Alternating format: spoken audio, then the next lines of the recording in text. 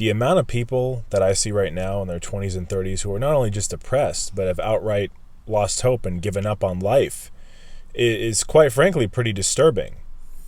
And in this video, I'm not going to sit here and enable that behavior. I think that there comes a point where it's not about what you want to hear, it's about what you need to hear in many cases. And I'll start by saying this.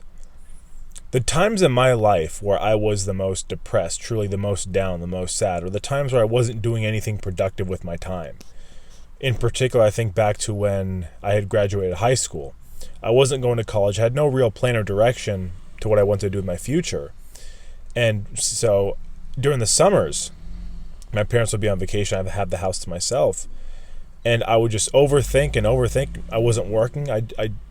I would just reel in my negative thoughts. And it got to a point where I had to occupy my time with hobbies, with different kinds of outlets, with work eventually, and college, to where I didn't have time to be depressed anymore.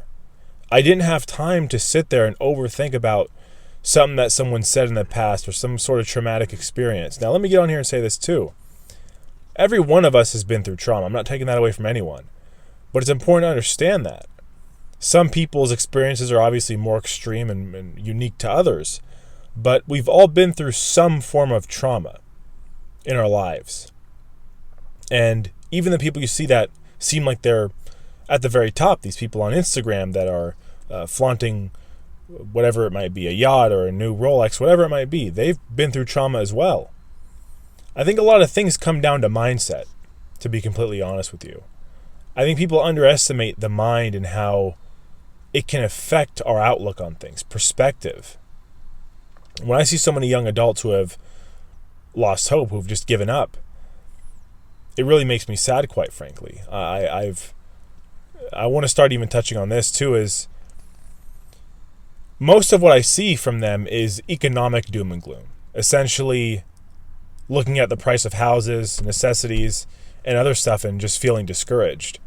Now, look, I agree as much as the next person. The average price of a house is pretty ridiculous, especially in somewhere like the city I'm in, where you're talking $700,000 for like a fixer-upper, a house that needs probably at least $100,000 worth of work, including the landscaping, bringing in modern appliances and stuff like that.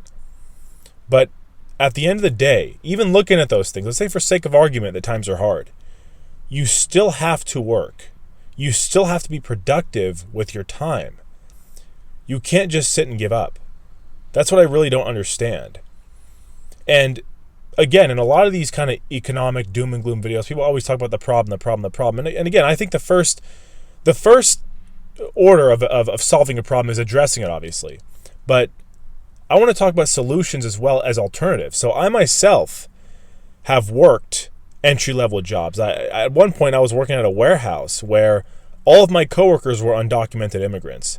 I had worked in grocery store delis where I would take crap from customers and employees and managers alike, and I wasn't happy with the wages I was paid.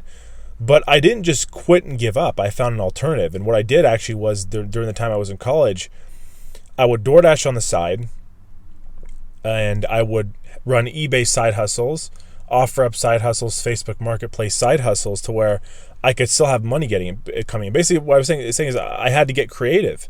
And I think times for a lot of people now where even if you are working a full-time job, you should still get creative. It's good to have a side hustle and other form of income, especially if you live in a city like mine where things are so expensive. But the one thing I'll say is that we can call out the problems all we want. We can talk about the problems, but we have to also talk about a solution.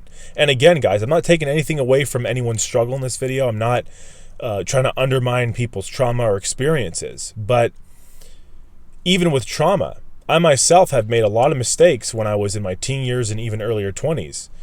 And you've heard that maybe it sounds a bit cliche that they shaped you into the person you are now, which is true. But looking back, I am thankful that those things happened. I've talked about my upbringing with the school system and stuff like that. I had seen things in people from different walks of life I would have never have seen if I would have went the conventional route of your typical middle-class American upbringing. I was in summer school because I was a troublemaker, they had me go to a summer school that was in an area that was a lower income area, more dangerous part of the city. And I grew up in a more suburb part, so I wasn't used to that. But going to that summer school, I got to see people from very different backgrounds and people that grew up in single parent households, people whose families were on food stamps and living in Section 8. I wouldn't have seen those things growing up in my suburb area and being almost in a bubble. So in a way, I'm thankful those things happened, because I got to see the world get out of my comfort zone. And I also got to see that, you know what? In many ways, I was blessed. I'm not going to get on here and because anyone could talk about someone in another country. But the reality is, guys, there's always someone with a harder life than you. No matter what way you want to put it. Again, I'm not trying to undermine anyone's struggles or trauma, but there's always someone with a harder life than you. I remember when I was in Greece, I used to go to Greece as a kid. I was talking to this one guy there, and he asked me where I'd rather be, Greece or the United States. I told him, I was a kid. I didn't know much of anything about socioeconomic stuff, but I told him I'd rather be in Greece, because I like the weather and the beaches. And he looked at me like I was crazy. Saying he wants to come to America because there's literally no money, no jobs. Everyone's poor there. This was also around the time where Greece was having big economic issues with the euro and stuff like that. But I'm like, you know what? America's not perfect. It's never been perfect. But in many ways, we don't count our blessings, especially if we perhaps don't know any better. I think a big problem I see is that there's a lot of echo chambers and stuff I see. And again, we can talk about the problems, but we also have to talk about solutions. We can't just try to get people to give up and stuff like that. When I hear people talking about clocking out of the system or clocking out of society. Now, I understand not wanting to be part of the crowd. I understand not wanting to be with the social media garbage and all that. I myself am someone who has always been more of, I would say, an individualist, if that's the best way to put it, growing up. Someone who kind of went against the grain, didn't really conform. But you still have to work a job. You still have to make money. You still have to be productive with your time. And let me touch on this as well, too, because being productive with your time can be more than just a job. Let's say you're perhaps even starting a hobby, whether it's a group sport, martial arts, whether it's going to church, something based around community. To have an outlet, to have a way to not sit there and reel in negative thoughts all the time.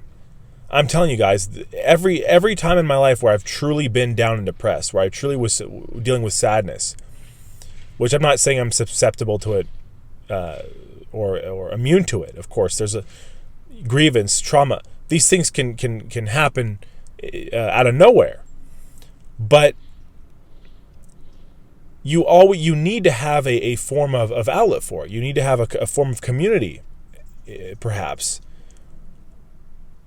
Occupy your time to where you don't have time to sit there and overthink and be depressed. When I was younger, I would just play video games and overthink and about the most nonsensical stuff.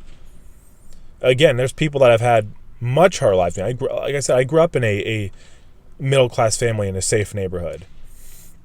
There's people that have gone through things I couldn't even imagine. So, guys, I just kind of hope this maybe helps, but I just see way too much now. So many people in their 20s and 30s who have already given up. And here's the reality. Do not waste your physical prime. Do not waste your youth on nonsense. Do not just give up and lose hope. The thing I want to talk about as well is let's talk about the term loser, because I've heard that term tossed around. So it's not a term I like using, because it's used mostly, if not exclusively, from what I've heard, out of context, to degrade people that are in maybe a less financially abundant circumstance as someone, or don't have as big of a social circle. Look, if you are actively trying to improve yourself and be productive with your day, doesn't matter if you're working minimum wage at a grocery store, doesn't matter if you're working in a warehouse, doesn't matter if you're the DoorDash or Uber Eats delivery driver. If you are actively trying to improve yourself and be productive with your day, you're not a loser. The loser is the person who gives up, who quits, who throws the towel in before the fight's even started, especially.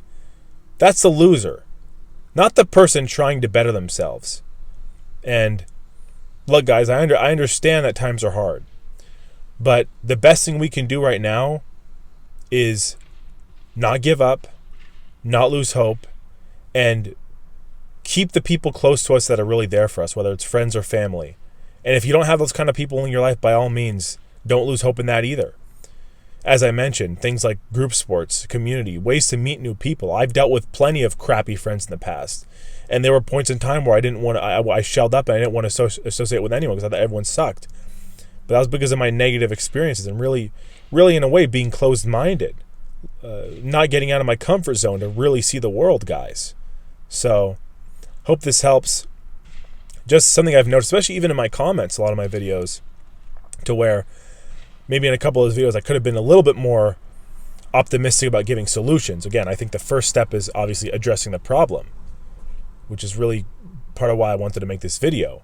But I see a lot of people in my comments, in particular young men, seemingly, who have just given up or are contemplating giving up. Guys, no matter what, we have to be productive with our time. That's what I'll leave it at. The times in my life where I was depressed were the times where I was not productive at all with my time, not living up to my potential, and quite frankly, not doing anything that would get me anywhere. So, hope you guys enjoy the video, guys. Let me know your thoughts. Hope you guys have a good one.